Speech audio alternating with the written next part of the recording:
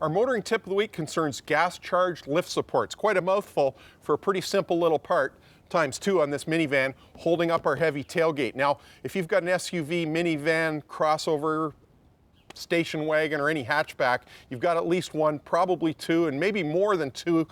You may have some holding up the hood as well. So these cylinders have been around for a long time, holding up tailgates on many vehicles. They were even used on the glove box of one particular car back in the 80s. So they're pretty common. Now, as the vehicle ages, eventually these things wear out and they lose charge. Basically, they're charged with an inert gas, nitrogen, under very high pressure, and that's what gives them the force and the support to lift that heavy tailgate and keep it up above your head.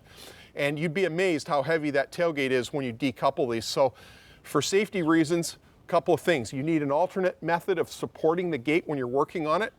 Probably a good idea to have an assistant as well, and mandatory that you have safety glasses, because it's easy to slip when you're up at eye level with the tools you're using and have an accident. So make sure you got your safety glasses on. Now, the typical scenario for these gas-charged lift supports is that in cold weather, you'll notice the gate goes up, but comes back down, maybe 5-6 inches, or it comes right down.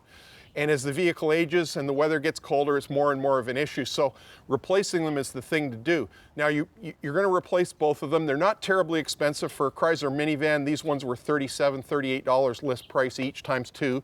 And even if you had to take the vehicle into a repair shop, they're pretty quick to change. So you're probably looking at a half hour's labor most places you'd take it. So don't run around propping it up with your hockey stick or vice grips. Get them fixed, get them replaced. You'll be glad you did. Have a much safer vehicle. Now, the force that's generated by these, I talked to the manufacturer yesterday. They say that it varies according to the application. Typical ones are anywhere from 40 to 160 pounds of force on each one, but there's lots of applications where they're up close to 400 pounds of force on one cylinder. So depends on the weight of the gate and the leverage that the cylinder has on the gate to lift it. And that's basically what they do. They tailor these specifically to the application. On some cars, if they have a spoiler attached to the rear gate, it's got to have a different higher pressure charge to the cylinder to support it. In any case, if yours are worn out, get them changed. That's your motoring tip of the week.